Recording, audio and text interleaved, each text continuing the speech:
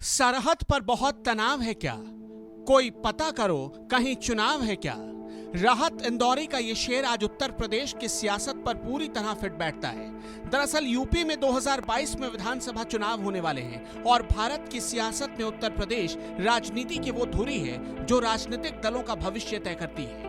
यही कारण है कि हर पार्टी अपने अपने तरीके से वोट बैंक को साधने में जुट गई है। सत्ता में रह चुकी समाजवादी पार्टी और कभी देश में 50 सालों से ज्यादा राज करने वाली कांग्रेस उत्तर प्रदेश में अपने खोए हुए वजूद को पाने के लिए मुस्लिम तुष्टीकरण की सियासत करने में लगी है। खासकर कांग्रेस की तरफ से प्रियंका गांधी उत्तर प्रदेश में काफी एक्टिव है।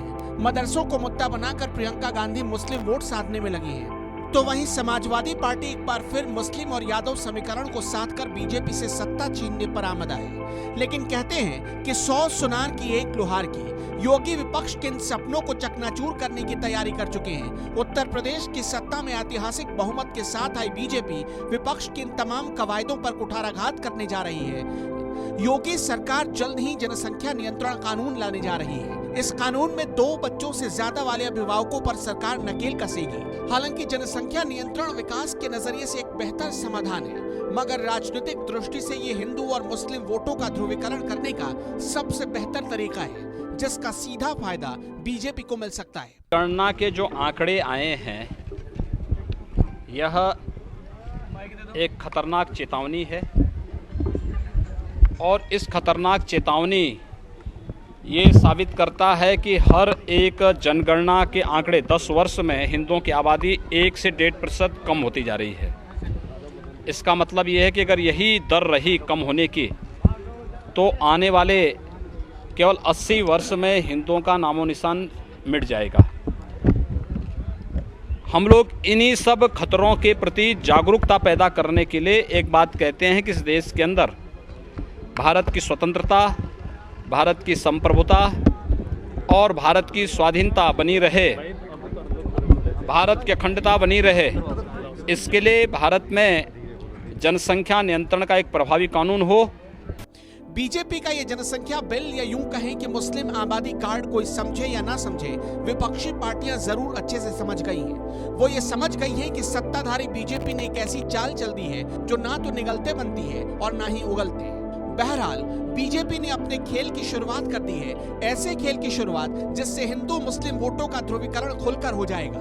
वैसे एक बात तो तय है कि बीजेपी नेता मंच से सामाजिक रूप से जो कहें, पर उन्हें कुछ दाग अच्छे लगते हैं। फिलहाल राजस्थान और मध्य प्रदेश समेत कुछ राज्यों में लागू कानूनों के साथ सामाजिक परिस्थितियों और बाकी बिंदुओं पर अध्ययन चल रहा है। विधि आयोग जनसंख्या नियंत्रण कानून का मसौदा तैयार कर जल्द ही राज्य सरकार को सौंप देगा। कानून के ड्राफ्ट में 2 से अधिक बच्चों के अभिभावकों को सरकारी सुविधाओं के लाभ से वंचित किए जाने का प्रावधान सुझाया जा सकता है। आयोग इस पर मंथन करेगा कि 2 से अधिक बच्चों वाले अभिभावकों के लिए सरकारी योजनाओं के तहत मिलने वाली सुविधाओं में कितनी कटौती की जाए। फिलहाल राशन और अन्य सब्सिडी में कटौती के कई पहलुओं पर विचार शुरू कर दिया गया है। यूपी विधि आयोग के अध्यक्ष न्यायमूर्ति एन मित्तल ने कहा है कि हर पहलू पर विचार के बाद ही ड्राफ्ट तैयार किया जाएगा। अब सवाल यह है कि आखिर इस जनसंख्या नियंत्रण कानून के जरिए बीजेपी कैसे 2022 का एजेंडा सेट कर रही है।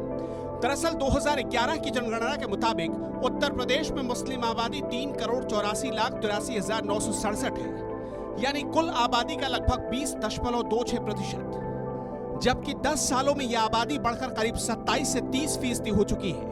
ऐसे में 30% मुस्लिम वोटर और दलित पिछड़ों को मिला दिया जाए तो ये वोट बैंक किसी को भी सत्ता से बेदखल करने का दम रखता है। यही वजह है कि मुसलमान आज हर एक दल के एजेंडे में है।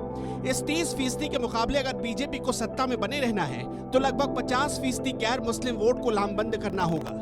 इसी गोलबंदी में जनसंख्या नियंत्रण कानून बीजेपी के लिए सबसे बड़ा मुद्दा साबित हो सकता है, क्योंकि जनसंख्या नियंत्रण कानून के जरिए बड़ी संख्या में हिंदू लामबंद हो सकते हैं, जिसका सियासी फायदा सीधे तौर पर आने वाले चुनाव में बीजेपी को हो सकता है।